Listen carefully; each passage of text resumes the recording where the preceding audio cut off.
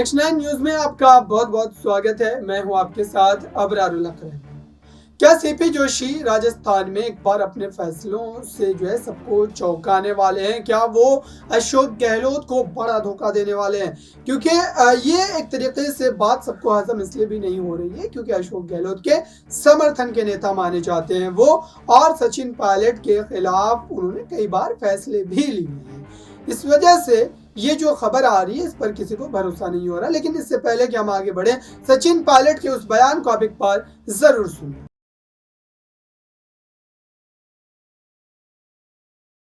आगाज करेंगे सचिन पायलट, सचिन पायलट, सचिन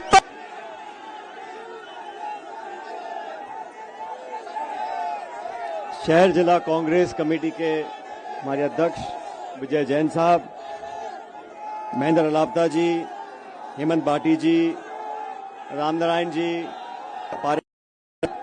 महेंद्र जी, पूर्व मंत्री राजेंद्र चौधरी साहब, शोभा सोलंकी जी, मनीष यादव जी, सुचित्रा आर्य जी, विद्याधर चौधरी साहब, सुरेश चौधरी जी, इकबाल जी, ओम प्रकाश जी, चुनीलाल राजपुरोहित जी। मेरी आवाज पीछे तक आ रही है आप लोगों को?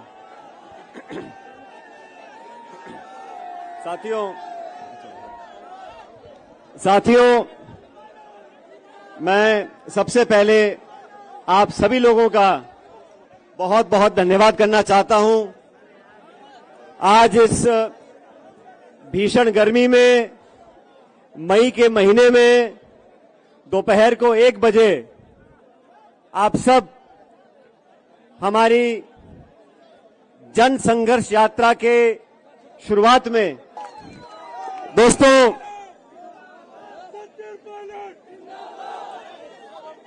मेरे आदरणीय बुजुर्गों, माताओं, बहनों, नौजवान साथियों,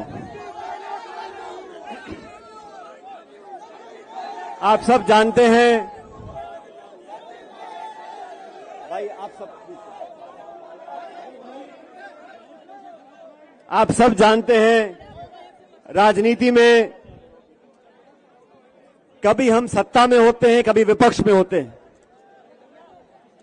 और आप सबने ये भी देखा 2013 में जब चुनाव हुए,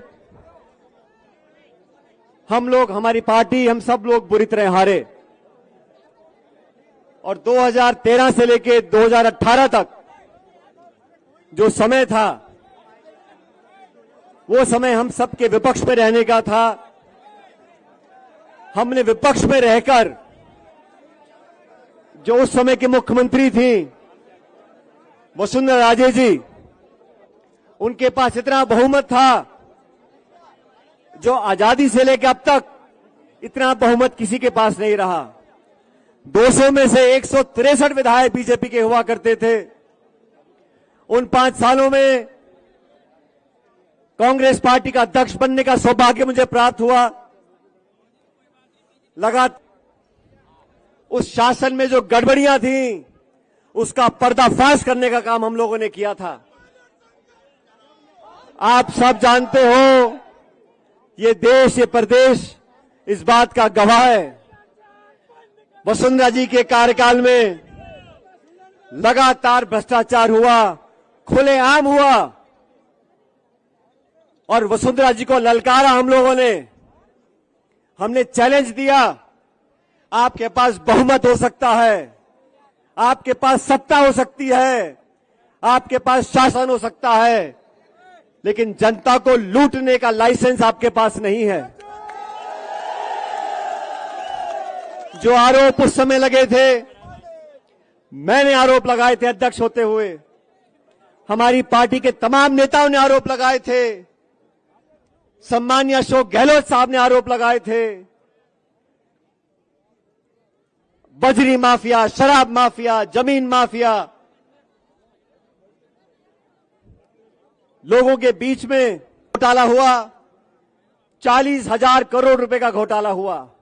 जब घोटाला हम लोगों ने पकड़ा तो सारी लीज कैंसिल कर दी। लेकिन लीज कैंसिल करने से अपराध कैंसिल नहीं होता। हमने सीबीआई की जांच की मांग करी, सीवीसी की मांग करी, सीएजी की मांग करी। हम लोग दिल्ली गए और हमने मांग रखी थी कितना बड़ा खान घोटाला हुआ, इसकी जांच उच्च स्तरीय जांच होनी चाहिए। आप सब लोगों ने हमारी बात पर विश्वास किया और राजस्थान में जहां कांग्रेस पार्टी सिमटकर सिर्फ 21 सीटों पर रह गई थी, आप कल्पना करो हम सत्ता में थे और 20-21 सीटों पर आ गए थे। वो समय मुझे अच्छी तरह याद है। मेरे तमाम साथियों ने, पार्टी कार्यकर्ताओं ने खून पसीना बहाकर कांग्रेस पार्टी को सत्ता में हम लेकर आए। ये आश्वासन दिया जनता को कि सत्ता में आएंगे तो दूध का दूध और पानी का पानी होगा।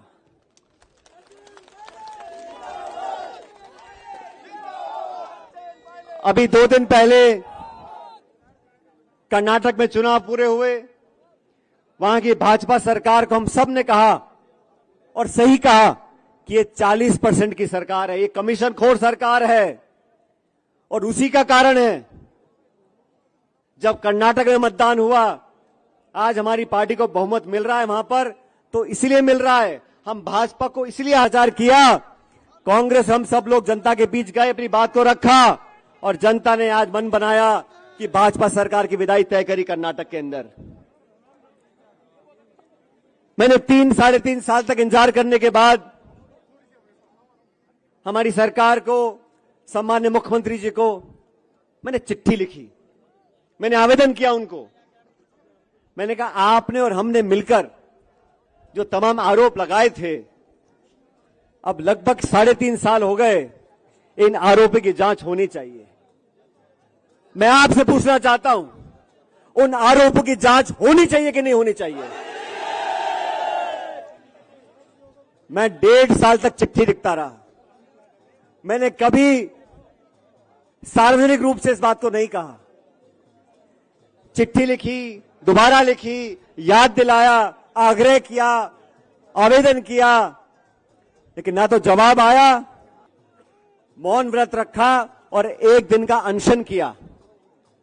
ये कहा कि वसुंधरा जी के कार्यकाल में जो तमाम आरोप लगे थे, हमने लगाए थे, भ्रष्टाचार हुआ था, उसकी जांच करें।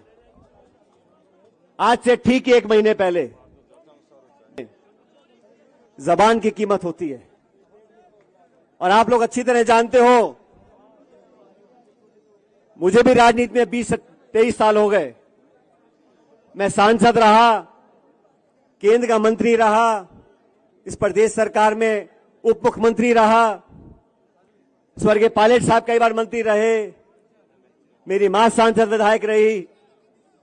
पिछले 45 सालों से हम राजनीति में हमारी निष्ठा पर, हमारी ईमानदारी पर हमारे विरोधी भी उंगली नहीं उठा सकते।